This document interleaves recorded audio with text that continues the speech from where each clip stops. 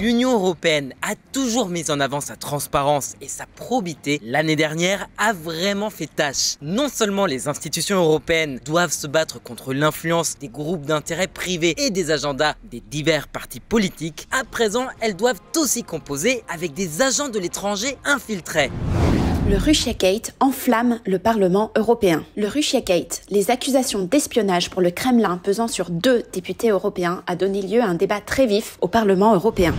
Qatargate, de nouvelles révélations montrent l'étendue du schéma de corruption au Parlement européen. Des documents confidentiels font état des tentatives répétées du Qatar, du Maroc et de la Mauritanie d'influencer des décisions de Strasbourg et mentionnent les sommes d'argent reçues par des eurodéputés. La Russie, le Qatar, le Maroc, même la Mauritanie. Le Parlement européen a plus de trous qu'un gruyère. En fait, le scandale a réellement démarré fin 2022, quand on a découvert que plusieurs députés européens avaient reçu des pots de vin du Qatar, du Maroc et de la Mauritanie. Et ouais, si même la Mauritanie peut se permettre de soudoyer nos responsables politiques, c'est qu'on a un vrai problème de gouvernance. Alors pourquoi dans cette affaire de corruption, on s'intéresse particulièrement au rôle du Maroc? Eh ben, on va te l'expliquer dans cette vidéo.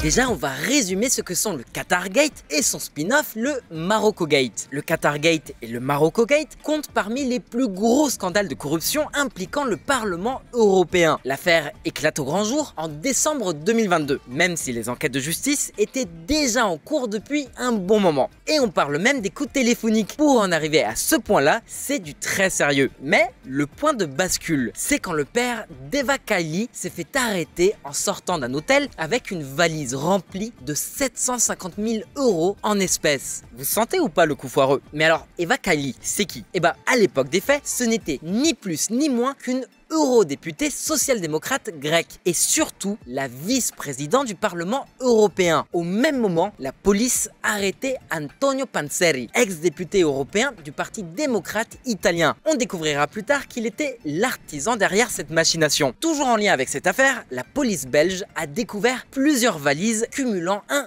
million d'euros en espèces au domicile de plusieurs responsables européens. L'enquête a démontré que Panzeri a acheminé ses fonds illicites du Maroc et du Qatar via une ONG basée à Bruxelles. Fondée en 2019, l'ONG Fight Impunity était censée lutter contre les atteintes aux droits de l'homme. En vrai, c'est marrant que ce soit avec du blic qatari, mais bon, passons, on n'est plus à une contradiction près. Or, celui qui faisait tourner cette ONG, c'était l'assistant d'Antonio Panzeri, Francesco Giorgi, le petit ami de l'eurodéputée grecque Eva Kaili. Alors pourquoi est-ce que le Maroc, le Qatar et la Mauritanie versaient de l'argent à ces eurodéputés? Eh bien, tout simplement pour qu'ils défendent leurs intérêts au sein du Parlement européen, ce qu'on appelle communément le lobbying.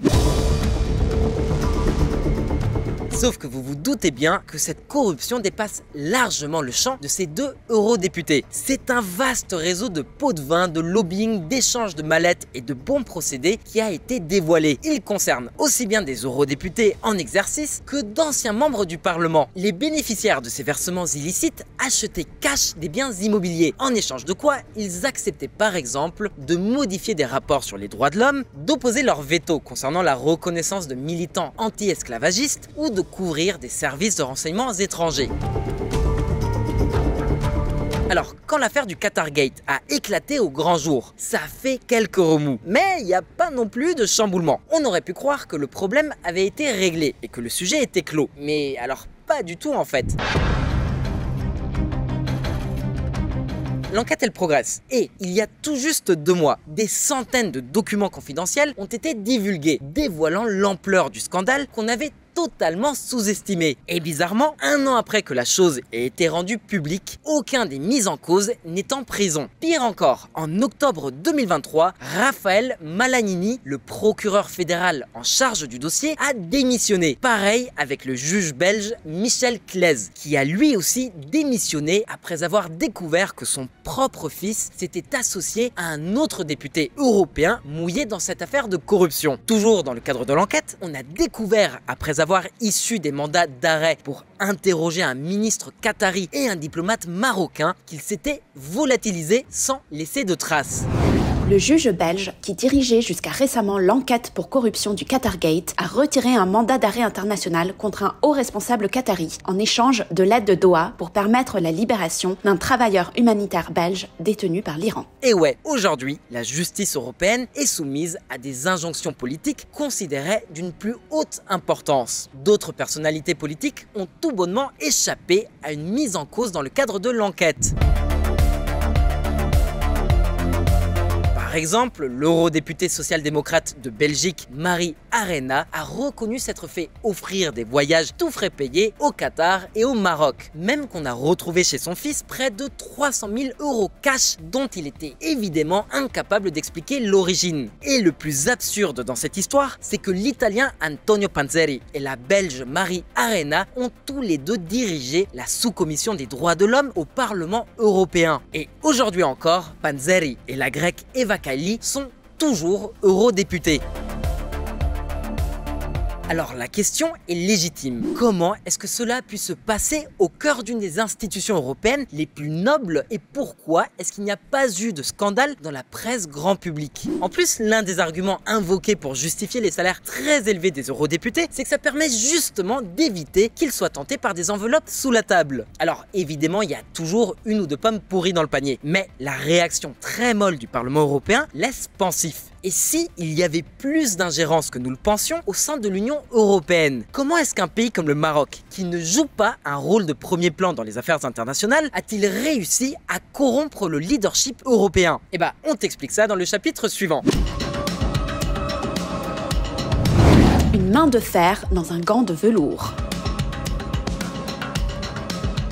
Alors l'une des spécificités du Qatargate, c'est qu'il a un spin-off marocain, le Morocco-Gate. Et contrairement au Qatargate, on n'a quasiment pas parlé du Morocco-Gate dans la presse européenne. Enfin, à peine. Sauf que l'ingérence marocaine dans les affaires européennes nous réserve plein de surprises. Alors justement, comment est-ce que le Maroc s'y est pris? Pour comprendre cette affaire du Morocco-Gate, on doit s'intéresser à deux personnalités politiques. Tout d'abord, l'eurodéputé Antonio Panzeri, dont on a parlé tout à l'heure, mais aussi Abderrahim Atmoun, qui a été l'ambassadeur du Maroc en Pologne, mais aussi un interlocuteur privilégié des cercles du pouvoir à Bruxelles. Alors évidemment, comme on pouvait s'y attendre, le Qatar et le Maroc nient tous les deux en bloc leur participation à ce scandale de corruption. Mais les enquêteurs belges ont assez de preuves à charge pour écarter leur dénégation du revers de la main. En gros, les autorités belges considèrent qu'Abderrahim Atmoun a joué un rôle clé dans le paiement illicite des eurodéputés incriminés. On a même découvert que l'épouse et la fille d'Antonio Panzeri se sont vues offrir une carte de crédit approvisionnée par le Maroc.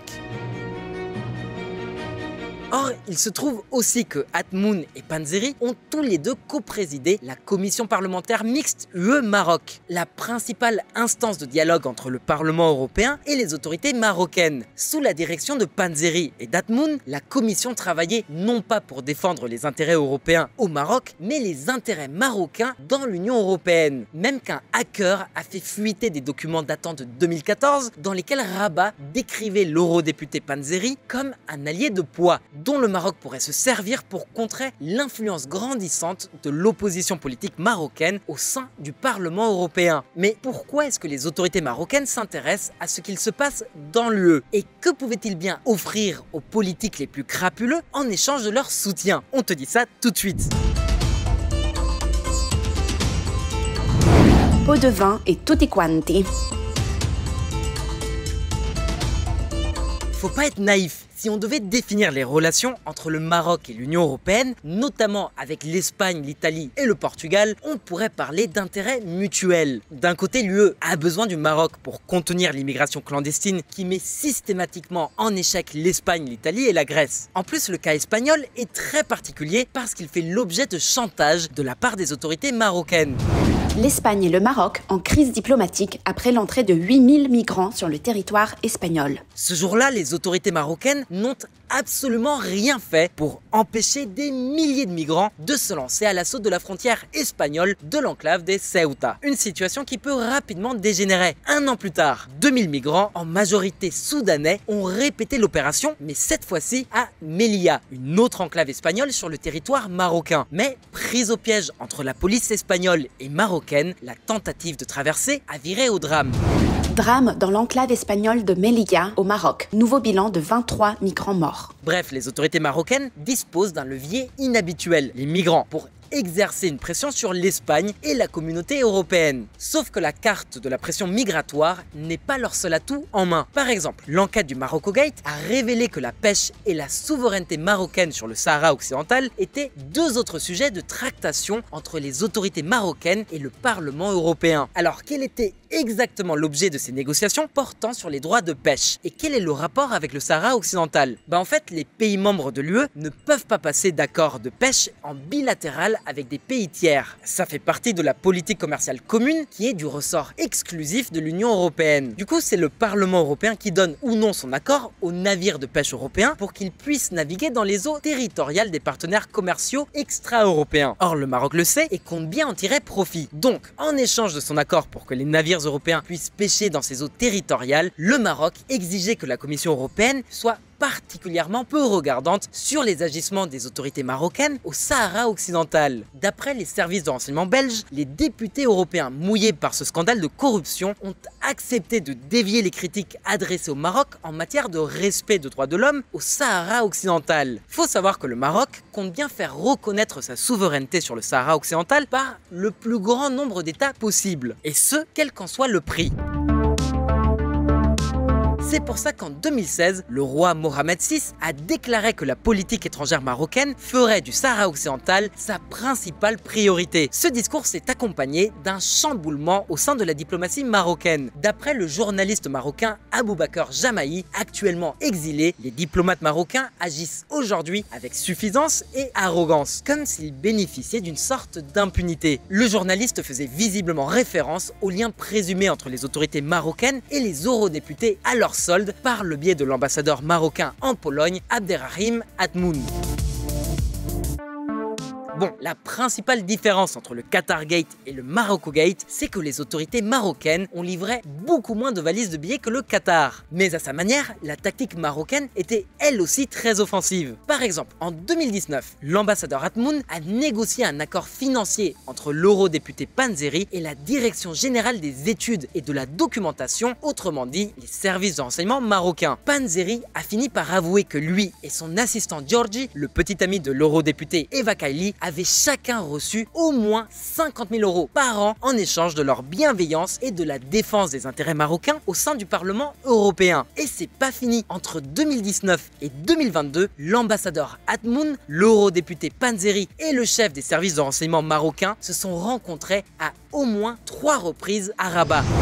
Atmoun, étant une personne extravertie, voulait connaître le plus grand nombre de personnes possible, et certainement ce qui pourrait être utile à la cause marocaine. Antonio Panzeri aux enquêteurs. Panzeri a aussi filé un coup de main à Atmoun pour gagner la faveur d'autres eurodéputés chargés de dossiers qui intéressent Rabat. Par exemple, l'eurodéputé social-démocrate italien Andrea Cozzolino a été mis en cause dans le Marocogate alors qu'il avait été membre de la commission d'enquête sur l'usage du logiciel espion Pegasus par le Maroc. Alors, maintenant qu'il est clair qu'il y a eu ingérence de la part des autorités marocaines dans les affaires internes de l'Union européenne, qu'est-ce qu'on a concrètement tiré le Maroc ? Mais en plus de la question de la souveraineté marocaine sur le Sahara occidental, le Maroc a aussi obtenu que des eurodéputés votent contre l'attribution du prix Sakharov des droits de l'homme à 2 membres de l'opposition au pouvoir marocain et mauritanien. Puis, le Maroc est parvenu à faire voter une résolution condamnatoire visant l'Algérie, son ennemi mortel. Il a aussi obtenu le retrait de toute mention du Maroc dans un rapport du Parlement européen sur les atteintes aux droits de l'homme. le Maroc agissait en toute impunité dans l'enceinte du Parlement européen. Alors justement, qu'est-ce qu'a fait le Parlement une fois qu'on a découvert le poteau rose?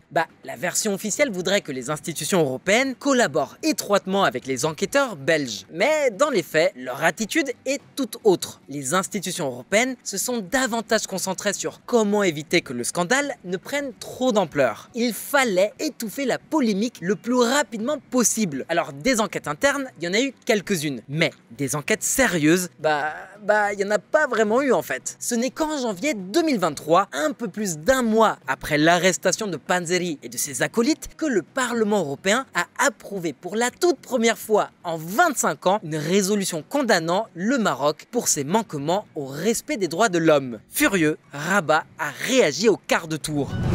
La fin de l'accord de pêche encourage les contacts entre le Maroc et l'Union européenne, mais le Polisario prévient, ça entretient la piraterie. Ce lundi, le protocole de pêche UE-Maroc a expiré dans l'attente de la décision de la justice européenne sur un accord déclaré illégal concernant l'exploitation des ressources maritimes du Sahara occidental sans l'accord du Polisario. Ce duel diplomatique met en péril la coopération entre le Maroc et l'Union européenne.